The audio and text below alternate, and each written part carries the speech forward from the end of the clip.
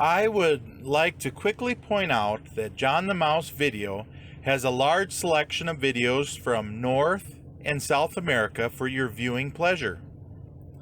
Don't forget to hit the subscribe button. Now let's get into the cheese of the matter. My name is Charles Gordone, and I am an American Negro, one of 20 million. I want to show you something of our life here.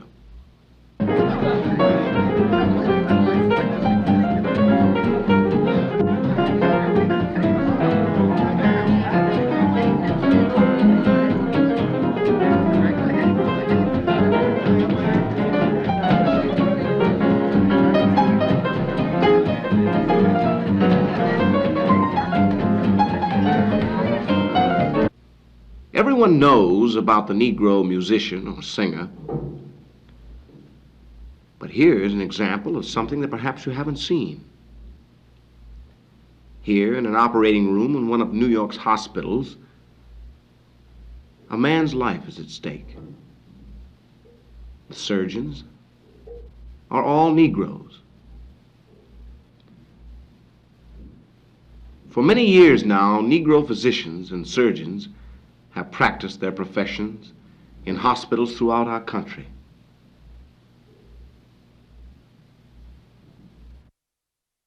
There is great variety in Negro life. We do all kinds of work. We certainly aren't all surgeons. In fact, many of us still do lowly jobs. But let's go out to the part of the country where I come from, the Midwest. Here, many Negroes own their own farms.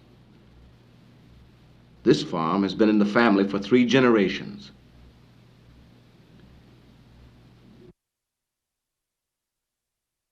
In this art center here in Manhattan, a well-known dancer teaches a class in modern techniques.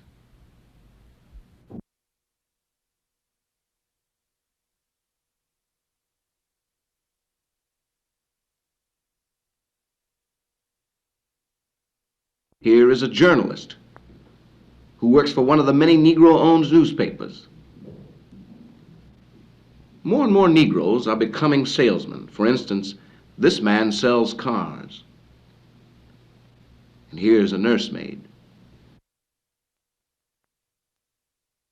a bank teller, a draftsman, a machinist, a welder, a diplomat.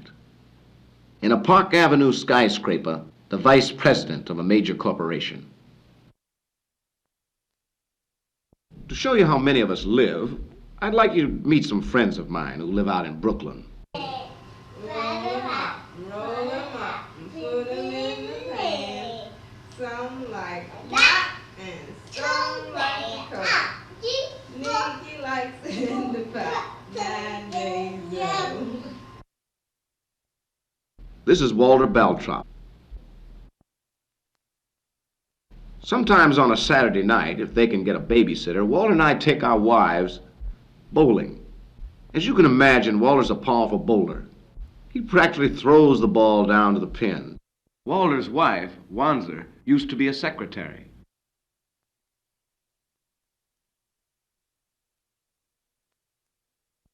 But Walter is a top-notch social worker. He works in a community center with young people. Tony's the oldest child. She already attends nursery school. She's 3 years old and has a great personality.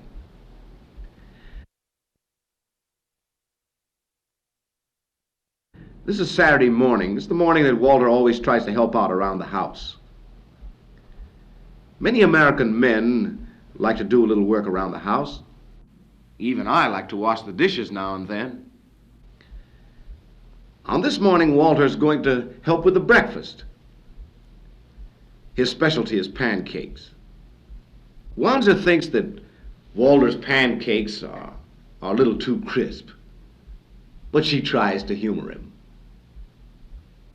But Tony finds them very tasty.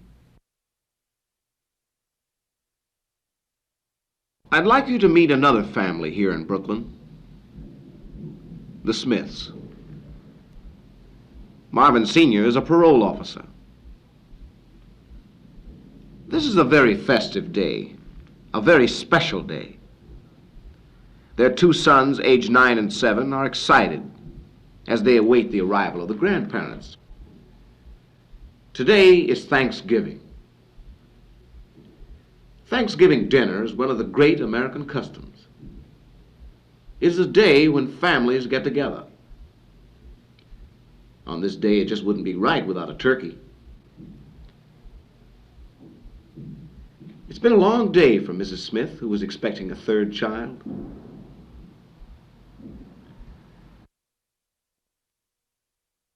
Father says grace. This is the important thing about Thanksgiving: to give thanks for the blessings of the year. To me, Thanksgiving is a day where you're home. It's a home day. So you have a lovely home and then take somebody out to dinner on Thanksgiving Day. No, something missing. In another part of town, at an old folks center, people of another generation are celebrating Thanksgiving too.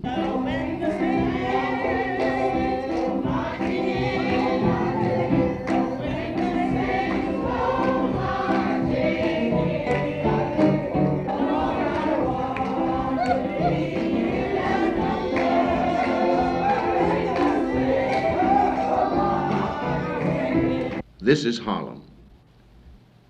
Harlem has always had the reputation of being a place of music, gaiety, and excitement.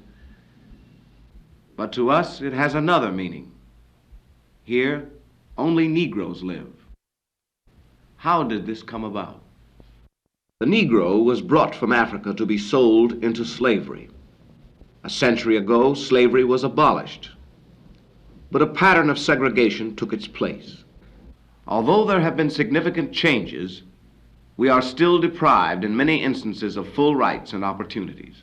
For example, there are hospitals in which the surgeons we saw earlier are not allowed to practice. And in some states, we are still restricted by signs like these. Later in this film, we shall see some of the ways in which the situation is changing. But first, let us ask a cross-section of Negroes how segregation affects their lives. Segregation to the average Negro means being held back. He's looking for progress. He wants to move forward in the American mainstream. Segregation holds him back. I think it's something that's ridiculous. You take the white people in the South that, or not only in the South, anywhere, that refuses to allow a Negro man or a Negro woman to sit in a restaurant or to ride next to them in a bus or a train or anything, and then on the other hand turns around and wants a colored woman to come into their home and cook their food and serve them their dinner after having our hands all in their food.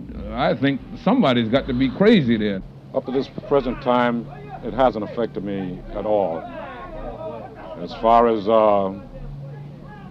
my work and my social activities, up until this present time, I can say it hasn't affected me. In order to understand how any Negro feels under segregation, you have to realize that from the time of infancy, he has it pounded into him that he's not as good as other people. There are things he cannot do. Don't do this, you can't do this, you can't do the other. It builds into a man a feeling of inferiority, a feeling of frustration, a feeling of resentment. So much bitterness built up in a person and resentment when you know that you're being segregated against simply because you're black and there's nothing that you can do about it. There is something you're trying to do about it. But these students are typical of many throughout the country, both Negro and white, who have been effective in breaking the barriers of segregation. Sense the confidence and dedication of these young people as they discuss their plans. Talking about was the possibility of spending your Christmas in jail. I think the most beautiful thing that we could do would be to stage a mass sit-in or some type of demonstration, and if they did not serve us, to remain until they served us. If arrested, to go in jail and refuse bail. That's what I think will have a much larger impact than just mere arrest. I'd like to hear your comments on it and see exactly what you think and how you feel about it. Tommy? We've been getting public sympathy, but not enough by just going in and coming out. And if we decide to spend Christmas in jail, then I'll go. That's all. How many people would actually feel committed enough right now that if it came to this, they would spend their time in jail over the Christmas holidays? Through the years, Negroes have always protested against segregation. But what you see here is an example of a new spirit. In 1956, Negroes in Montgomery, Alabama had come to the end of their patience with segregation. They refused any longer to sit in the back of buses, and in silent protest chose to walk until all public transportation was desegregated. By this simple act, they seized the imagination of millions of Americans. The man who came to symbolize this movement and to give it a philosophy was the Reverend Martin Luther King. He preached nonviolence as the means for Negroes to attain their rights. These were the principles of Mahatma Gandhi. Nonviolence proved successful, and the buses of Montgomery were desegregated. One of the most dramatic applications of the principles of nonviolence came with the Freedom Rides. These were organized by the Congress of Racial Equality, whose members, both Negro and white, determined to challenge the practice of providing separate facilities for Negro and white travelers in the South. From all over the country, mixed groups traveling by bus entered the South. They entered segregated waiting rooms and restaurants in many southern cities.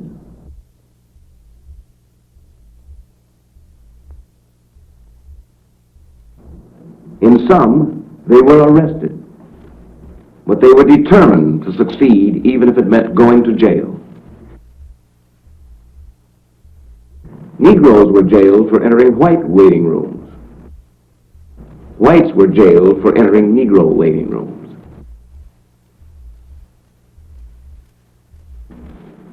Over 300 Freedom Riders went to jail. Nearly half of those were white. Nearly half were women. Once again, the principles of nonviolence proved their effectiveness.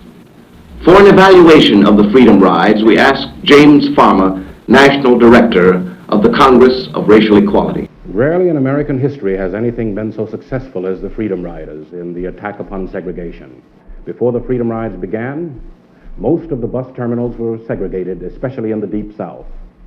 But as a result of the Freedom Rides, the Interstate Commerce Commission issued a ruling which went into effect on November 1st, ordering that all the segregation signs must come down in the terminals and that in their place must be posted desegregation signs. How is it that these events had not taken place earlier? We asked Roy Wilkins, Executive Secretary of the National Association for the Advancement of Colored People. Well, of course, for many years, the Constitution and the Bill of Rights and the declarations therein were on the side of minorities and individual freedom, but the enforcement of the law was not. However, over the years, the Supreme Court has handed down a number of decisions in voting rights, in matter of service on juries, in housing, and in education, which have given the federal government the power to proceed. Now, these decisions were won largely, but not exclusively, by NAACP attorneys. With the legal framework now firmly in hand, the federal government is free to proceed and act to enforce the rights of its citizens. Shortly after the war, President Truman ordered segregation to be ended in the armed forces. However, because of the nature of our Constitution, the President cannot just do away with segregation by a stroke of the pen, but through the actions of the federal government, state governments, organizations, and individuals, progress has been made in a number of areas. Let's have a look at three of these: voting, housing, and education. First, voting.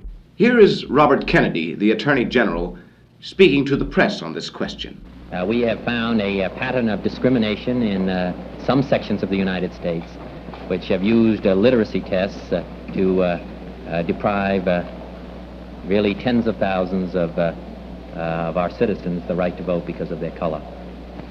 This legislation will rectify that situation. Ralph Metcalfe, a Chicago alderman, on the Negro's power as a voter. Well, I would say that the power of the Negro vote is increasing by each election because the Negro now is becoming more aware of his position in the electoral field as a result of many of the things that are happening today. And I think he's been being more discriminating in his voting. He's being acutely aware of those candidates who he thinks will espouse his own cause and therefore votes in larger numbers now. In some cases, the Negro's vote is crucial and often carries the balance of power. As a result, more and more Negroes are running for political office in the United States. The Constitution stands for, and we as taxpayers demand. I'm delighted to be on what I think is one of the finest tickets that's been offered to our state for many years.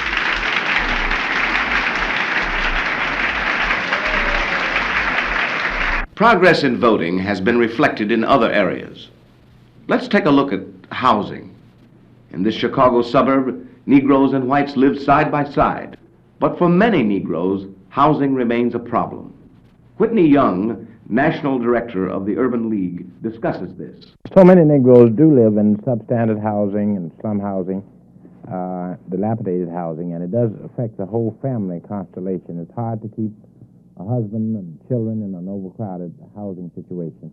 It is no secret that in this country there is a disproportionate number of Negro citizens who are on the welfare rolls, disproportionate amount of total social disorganization. Although many Negroes still live in substandard housing, there has been a tremendous movement into better homes. To facilitate this, several states have passed laws prohibiting discrimination in housing.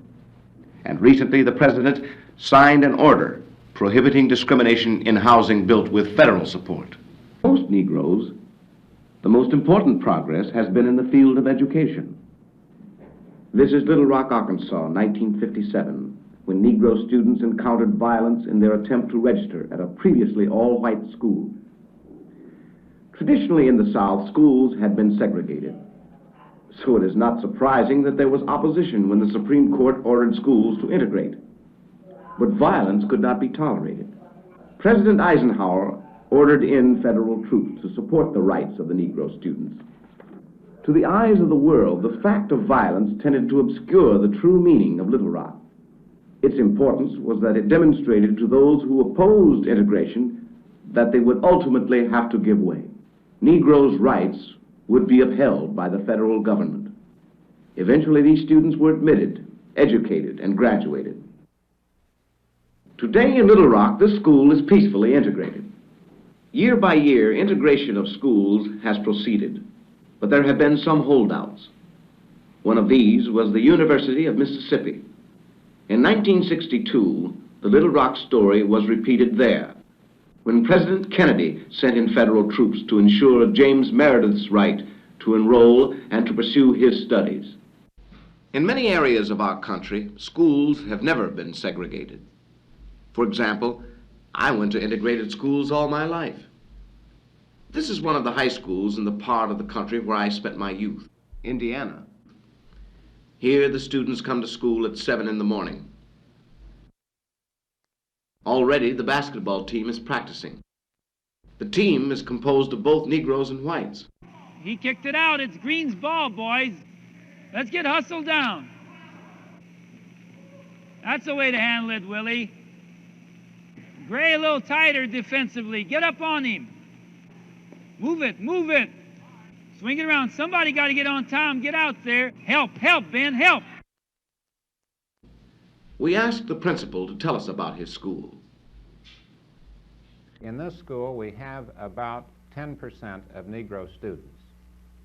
Now, we have no problems, really, racially at Washington, and I think principally because the students are very clever and very able in handling their problems. There is no conflict. It's a completely integrated school insofar as school activities are concerned, both curricular activities and extracurricular. Find the people completely mixed and working without reference to color. The administrative policy and the teachers' activities, the student's point of view, sees no color.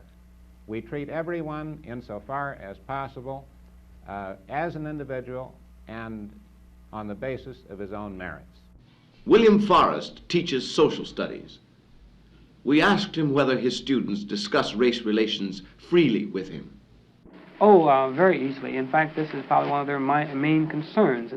Many times they see something in the paper or in a magazine, they always ask me, well, how do you feel about this? And what's your impression? And what are the real circumstances behind these situations? Sometimes we step on a few toes, and I think we have to. Some basic beliefs and concepts that probably mom or dad or a grandparent had. And perhaps they even believe this themselves until they get involved in a situation where the facts are put forth and they can realize for themselves that perhaps mom and dad have been wrong. I think this is a really true building step toward better race relationships.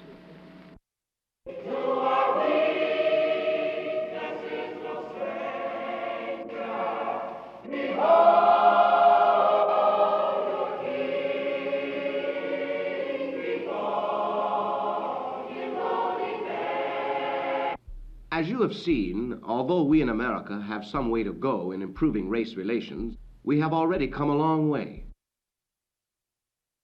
How do we Negroes feel about ourselves and our country? I think that much of the change in the Negro's feeling about himself has been brought about as a result of the newly developed countries of Africa. I think that many of us are very proud now of our African heritage.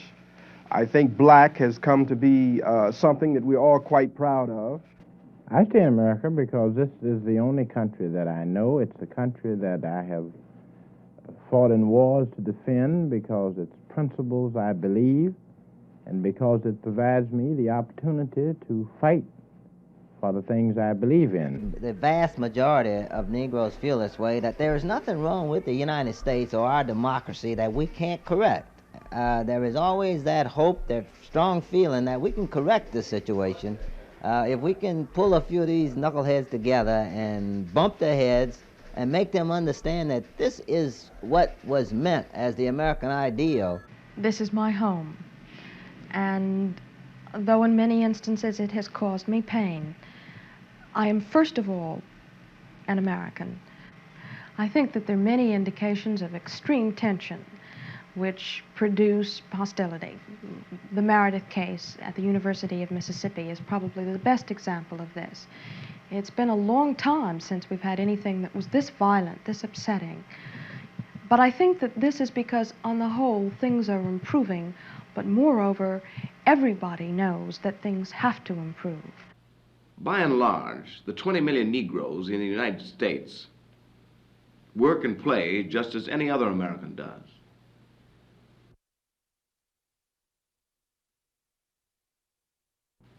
Of course, the pursuit of equal rights is uppermost in all our minds. We know that the responsibility of being an American is part of that pursuit. But in terms of everyday living, what we basically enjoy is pretty much what every American enjoys.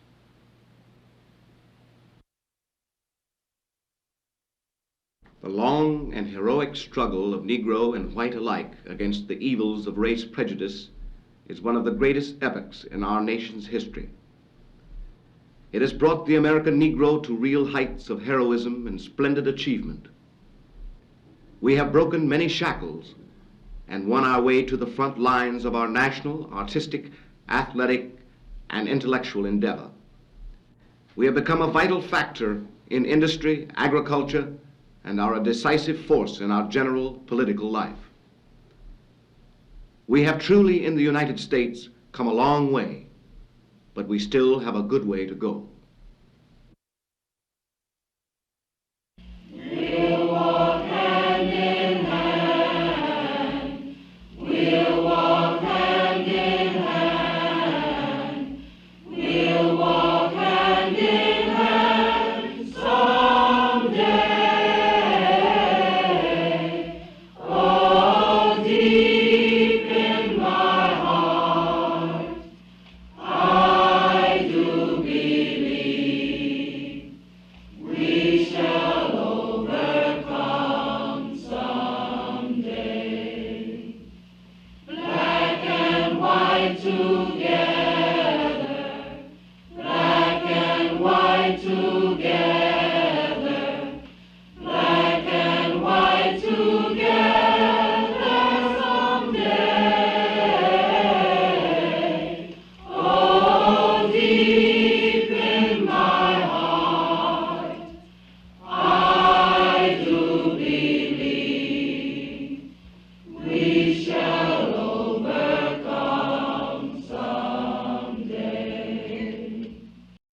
John the Mouse travel map is available for Google Maps. It will help plan your route to the locations of your favorite videos. It is free to use. I have the link below. Please visit the playlist tab for videos that I have sorted for you. Don't forget to hit the subscribe button